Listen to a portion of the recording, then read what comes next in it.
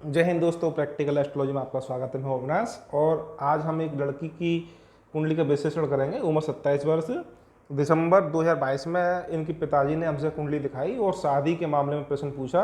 बड़े परेशान चल रहे थे कि शादी कब होगी लड़की की।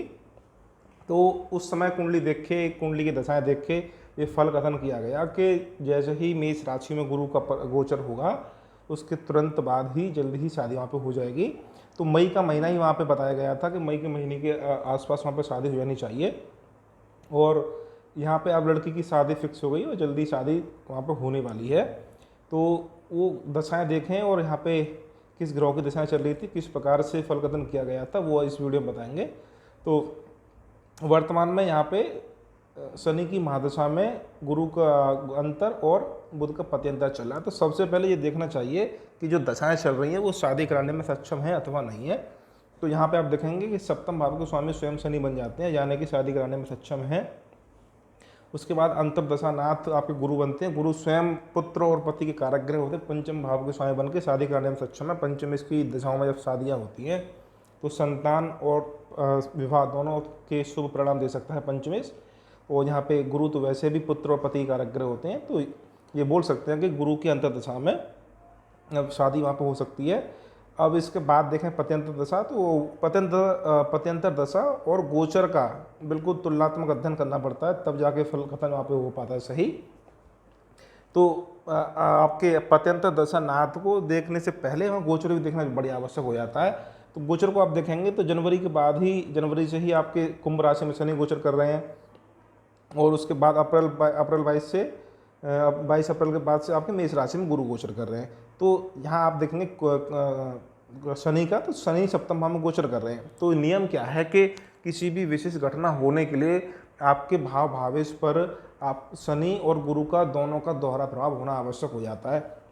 तो यहाँ पे शनि सप्तम भाव में स्वयं गोचर कर रहे हैं और गुरु मेष राशि में नवम भाव से गोचर करके लगन को देख रहे हैं। तो नियम यही है कि सप्तम भाव सप्तमेश, लगन, लग्नेश, इनसे आपके गुरु के शनि गुरु गोचर में शनि और गुरु का संबंध बनना चाहिए। ये मैंने आपको संक्षेप में बता दिया। तो यहाँ पर आप देख ही रहे हैं कि आप सप्तम में आप शनि गोचर कर रहे हैं और नवम भाव से गुरु लगन भाव को देख रहे हैं। ये आपके लगन कुंडली से आप परमिशन मिल जाती है।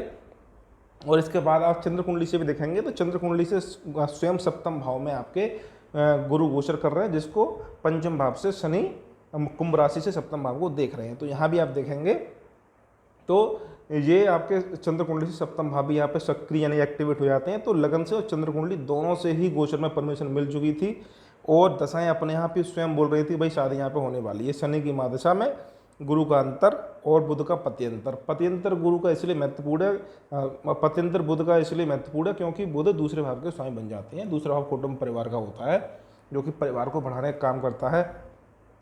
नवांश की हम बात करें तो नवांश में वर्गोत्तम लगन बन जाती है आपकी, और नवांश में ही आपके गुरु बैठे हुए, नवांश लगन में आपके गुरु बैठे जो सप्तम भाव को देख रहे हैं। इसलिए यहाँ पे शादी कराने में गुरु पूर्ण रूप से सक्षम थे। और भी सही फल कथन करने के कई नियम होते हैं, जैसे कि जहाँ आपके गुरु बैठे हैं लगन में, वहाँ से त्रिकोण में जब आपके गोचर में आपके सूर्य गोचर करेंगे तब भी शादी का महीना निकालने के लिए बड़ा महत्वपूर्ण होता है। इसी प्रकार से एक पिया मिलन सूत्र जो सरल भाषा में बोला गया है कि लग्नेश सप्तमेश का आपस में गोचर में परमिशन जब मिल जाती है उसके 2-4 महीने के अंतर पर ही शादी वहाँ पर हो जाती है। क्योंकि सही फल कथन करने के लिए, सही समय निकालने के लिए कई नियम होते हैं, उनका सम्यक एक साथ उसका प्रयोग करना पड़ता है नियमों का। तो यहाँ पे जब कुंडली देखी गई थी उसके आसपास ही यहाँ पे सूर्य का और शनि का गोचर में संबंध बढ़ रहा था, इसलिए वहाँ पे भविष्यवाणी की गई थी भाई जल्दी यहाँ पे शादी हो जाएगी। तो वो फलकथन वहाँ पे कई जो फलकथन के नियम होते हैं, विवाह के दशाएं, गोचर, महीना निकालने की तकनीकें जो भी होते हैं, उसके आधार पर बता दिया गया कि वो मई के आसपास शादियाँ हो जानी चाहिए। तो वो शादी यहाँ पे फिक्स हो चुकी है, शादी होने वाली है। यहाँ पे एक समस्या ये है कुंडली में देखें आपके लगन में ही आपके शुक्र बैठा है सिंह राशि का, जो कि पापकर्तरी दोष में है। तो विवाह, तो यहाँ पे शादी तो हो रही है और लड़की को और लड़के के पिताजी को ये संभावना बता दी गई कि वैवाहिक जीवन में समस्याएं उत्पन्न हो सकती हैं और बल्कि कुछ विकट समस्याएं भी उत्पन्न हो सकती हैं, इसलिए वहाँ पे उपाय करना भी बड़ा आवश्यक है। तो उपाय भी बता दिए गए थे कि भविष्य में संभावनाएं कोई विसंगति या कोई अशुभ घटनाएं ना हो, इसलिए वहाँ पर उपाय की भी जानकारी दी गई थी कि उपाय वह कर लें, क्योंकि यहाँ एक संभावना नजर आ रही है कि शुक्र सिंह राशि में बैठ के पापग्रह दोष में है और सूर्य शनि का आपसी संबंध बन रहा है लग्न सप्तम में सो के, और राहु केतु के अक्ष पे ये संबंध बन रहा है। तो यहाँ पे एक अशुभ स्थिति की यहाँ पे निर्माण यहाँ हो रहा है। नवांश में भी आप बात करेंगे तो शुक्र नीच हो जाते हैं सूर्य शनि के साथ में, सामने आपके मंगल बैठे हुए हैं, और ये सब घटनाएं द्विशुभ राशि में हो रही हैं। तो ये भी शुक्र और मंगल का आपसी नवांश दृष्टि परिवर्तन जो हो रहा है ये भी अशुभ है।